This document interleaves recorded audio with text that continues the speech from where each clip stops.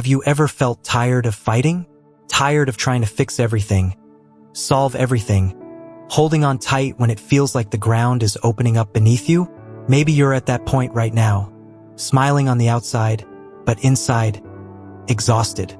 You pray, you believe, but you feel like nothing changes. It seems that the more you try, the heavier it gets. But what if I told you there's a secret power, a real power, hidden in something the world despises? Resting in God. Today, you're going to discover that stopping the fight isn't giving up. It's trusting. And when you trust, the impossible starts to move. Welcome to the channel. Here we talk about faith, purpose, and life transformation. So go ahead and leave your like, subscribe, and turn on the notification bell, because what you're going to hear today can change the way you face your battles. Stay with me until the end, because I want to show you what really happens when you decide to stop fighting alone and put everything into God's hands. We all face moments when the weight of life seems greater than our strength. You pray, you work, you do everything you can, but the exhaustion is still there. Physical, emotional, and spiritual. It's like rowing against the current. The more effort, the less progress. But the truth is that God never called you to live tired. In Matthew 11 verse 28, Jesus makes a powerful invitation. Come to me, all who are weary and burdened, and I will give you rest.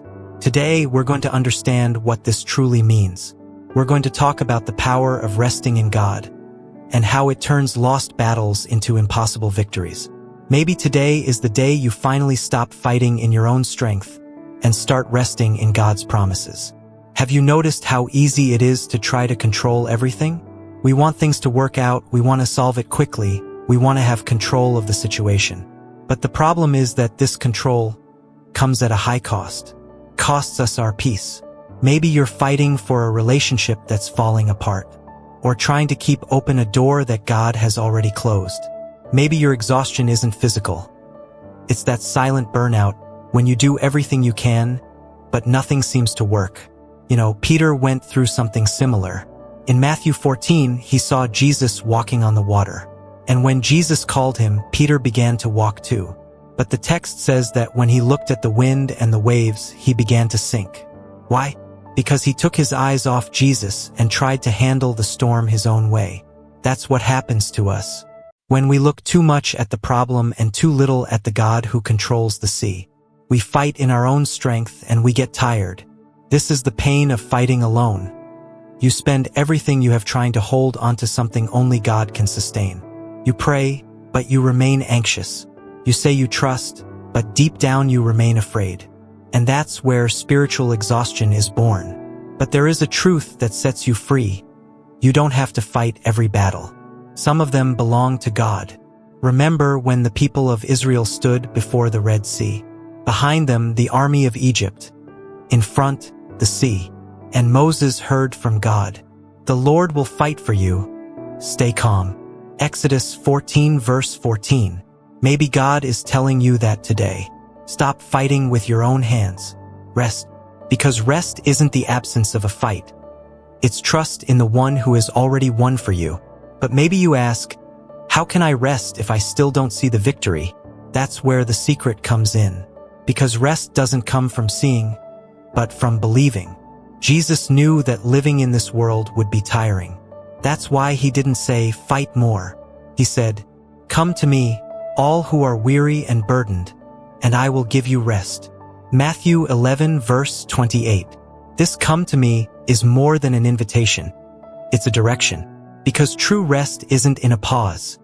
It's in a person, Jesus. But there's a detail many people don't notice. Resting in God isn't giving up.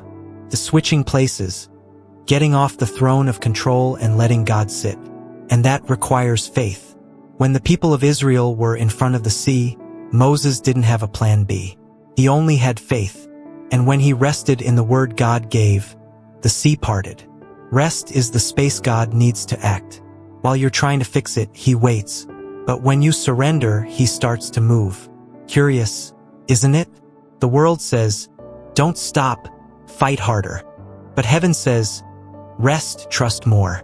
See what happens when you let go of control. Anxiety gives way to peace. Doubt gives way to direction. and what seemed impossible starts to happen naturally. Maybe God is just waiting for you to say, "Lord, I can't do it anymore, but I know you can." Because resting isn't folding your arms, it's opening your hands. And when you open your hands, God fills them with what is His.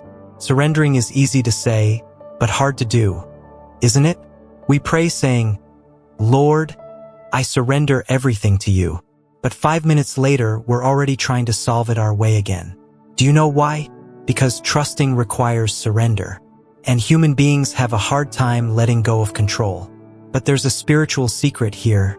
When you surrender, you don't lose power, you change power. You leave human strength and enter into divine strength. Paul understood this when he said, "When I am weak, then I am strong." 2 Corinthians 12 verse 10. True surrender is made up of 3 attitudes: sincere prayer, talking to God without a mask, saying what hurts; practical trust, stop trying to control what doesn't depend on you; action with faith, keep walking, even without seeing the result yet. It's the same principle Jesus showed in Gethsemane. He prayed saying, "Father, if possible, take this cup from me, but let your will be done." That is surrender. Jesus didn't run, He trusted. And when you trust like that, something supernatural happens. The burden becomes light. Imagine a heavy suitcase on your back. While you carry it, the weight is all yours. But when you hand it over to God, He doesn't take you off the road. He carries the suitcase with you. Often, surrender is the beginning of the miracle. When Abraham went up the mountain to sacrifice Isaac, he was resting in the promise. And God provided. When you surrender, God reveals the lamb that was hidden in the thicket. And maybe your lamb is on the way, but God needs you to climb the mountain trusting, not grumbling. Resting in God isn't passivity. It's the faith that stands firm when everything screams, it's going to go wrong. Remember when Jesus was sleeping in the boat? The disciples were desperate because of the storm, and He was sleeping. And they asked, "Lord, don't you care that we are perishing?" Jesus got up, rebuked the wind, and said, "Calm down." Why was Jesus sleeping? Because He knew that the boat that carries God doesn't sink. When you rest, you're saying to heaven, "I know who is in my boat." Rest activates God's power because it shows that you trust. And trust moves the supernatural. Maybe today the sea is rough, bills, crises, diagnoses, pains. But what if, instead of trying to row harder, you just rested and said, "Lord, I trust that you are in control." You will notice something incredible. The wind remains the same, but inside you, everything changes. Peace comes before the answer, and that peace is the sign that God is working. Because when He works, you can rest. And when you rest, He works. That is the secret power of rest. It disarms chaos and makes room for the miracle. When you stop, God starts. And when you rest, heaven moves. It was like that with Abraham, with Moses, with David, with Paul. They all learned the same lesson. The power isn't in fighting with your own strength, but in trusting in God's promises. Rest is the soil where the miracle blossoms. Because God works in silence, but never in vain. Sometimes you won't see anything changing, but something is already moving in the unseen. Rest isn't the end of the fight. It's the beginning of victory. And if today you decide to rest in God, you will start to notice small changes. A peace that comes without explanation, an unexpected answer, a path that opens where there was no way out. It's the secret power of those who surrender. Now, I want to invite you to do something simple but profound. Close your eyes for a moment and say, "Lord, I surrender. I don't want to fight alone anymore. Teach me to rest in you." This prayer is the first step toward the miracle. Because rest isn't weakness. It's mature faith. It's looking up to heaven and saying, "Even if I don't understand, I trust." And it's in that kind of faith that miracles happen. Today, you learned that resting in God isn't giving up. It's choosing to trust. It's stopping fighting in your own strength and letting God be God. Life is full of battles, but not all of them are yours to fight.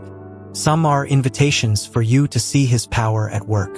So the next time exhaustion hits, remember, God didn't create you to live worn out. He called you to live in rest, even in the middle of the storm. If this message spoke to you, write here in the comments, "I choose to rest in God." That will be your act of faith today. And if you're not yet subscribed to the channel, take a moment now, subscribe, leave your like, and share this message with someone who's also tired of fighting. Because maybe the rest you found here is the answer someone out there has been asking for in prayer.